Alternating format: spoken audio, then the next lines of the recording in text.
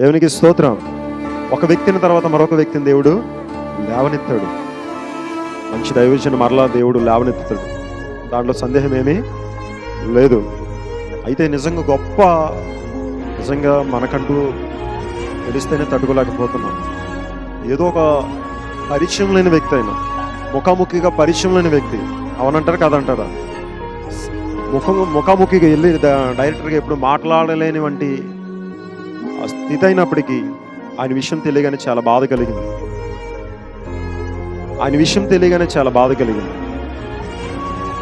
కానీ అలాంటి దైవజనుడు కోల్పోవడం చాలా బాధకరమే. కానీ తన భార్య మాత్రం ఒక్క మాట అందండి. ఒక మాట అన్న తర్వాత జెస్సీ ప్రగడాల చాలా అద్భుతమైన మాట అండి. నా భర్త వారిని క్షమించాడు, నేను వారిని క్షమిస్తున్నాను. నిజంగా ఈ మాట రావాలంటే అసంభవం. ఒక వ్యక్తి ఏదైనా అంటేనే మనం తట్టుకోలేము, ఒక మాట అంటేనే మనం భరించలేము. అలాంటిది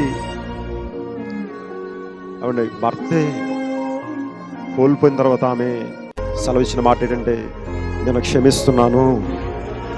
ఈ పదం ఎక్కడి నుంచి వచ్చింది చెప్పండి? ఈ పదం అంతా ఎక్కడి నుంచి వచ్చింది? క్రీస్తు ప్రేమలో నుంచి వచ్చింది. దేవునికి స్తోత్రం, హల్లెలూయా. దైవత్వం అంటే అది. లోకత్వం ఎలా ఉంటుందంటే ఏముండదు, వేసేద్దాం అంతే, తీసేద్దాం అంతే. ఇది కొంతమంది సాంప్రదాయాలు అయ్యి, కానీ నా ప్రభు నేర్పలేదు అది. నా ప్రభు నేర్పించిన సూత్రం ఏంటంటే ప్రేమ, ప్రేమ, ప్రేమ. ఎందుకంటే నేను నీలో నింపిందే ప్రేమ. నా ప్రేమనే నీలో నింపాను కాబట్టి అదే ప్రేమ నువ్వు చూపించాలని దేవుడు తెలియజేశాడు. కానీ కొంతమంది దుర్మార్గులు, కొంతమంది వ్యతిరేకులు చేసిన పనులు నరహత్య చేయడం. కానీ చాలా ఆయన లేని లోటు చాలా ఎంతైనా ఉంటుంది ఖచ్చితంగా క్రైస్తవులకే ఆయన లేని లోటు ఎంతైనా ఉంటుంది. కానీ ఒకటి ధైర్యంగా ఒకటి మాత్రం నేను చెప్తాను, అలాంటి ఆయనకు ఒక మంచి అవార్డు జయశాలి అని పెట్టొచ్చు. దేవునికి స్తోత్రం, హల్లెలూయా. ఆయనకి ఏం పేరు పెట్టొచ్చు? జయశాలి. జయించాడు ఆయన. జయమే అతని జీవితంలో.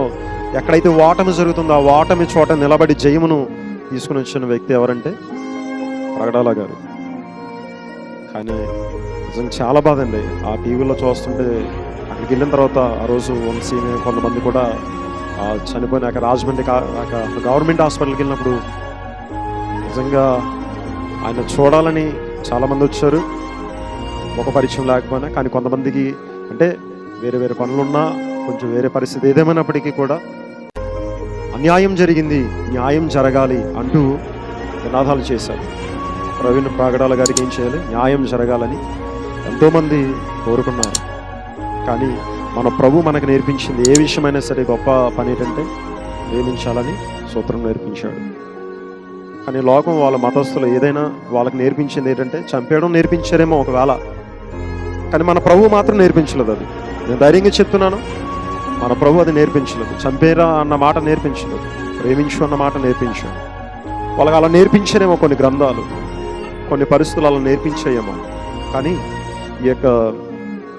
ఈ పరిశుద్ధ గ్రంథం మనకు అది నేర్పించలేదు.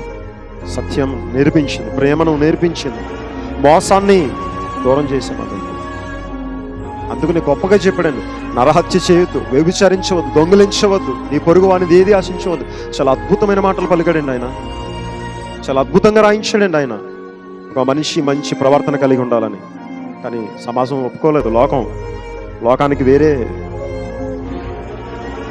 కానీ ఏదేమైనప్పటికీ ఈ కడవరి దినాల్లో పరిచర్య ఆగిపోతుందేమో అనుకుంటారేమో, కానీ పరిచర్య ఎప్పటికీ ఆగిపోతుంది.